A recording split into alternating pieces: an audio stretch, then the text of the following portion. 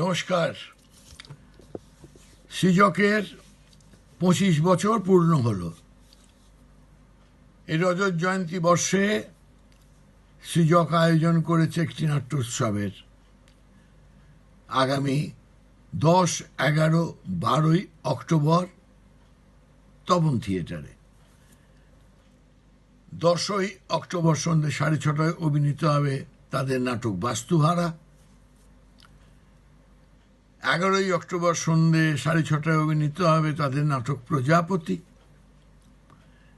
এবং 12ই অক্টোবর সন্ধ্যে 5টা থেকে 3টি নাটক ওখানে অভিনীত হবে। বৃষ্টিতে নিশিকান্ত, সংকলিত রক্তকরবী এবং গুপি বাঘা। এবং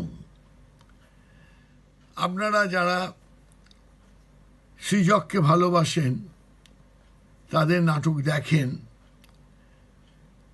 এমনকি যারা দেখেননি এর আগে, তাদের সকলের কাছে আমার বিনীত অনুরোধ যে এই একটি দলের 25টা বছরের পথ চলাকে সম্মান জানিয়ে, তাদের ভালোবেসে আপনারা সবাই তপন থিয়েটারে এই 3 দিন উপস্থিত থাকুন।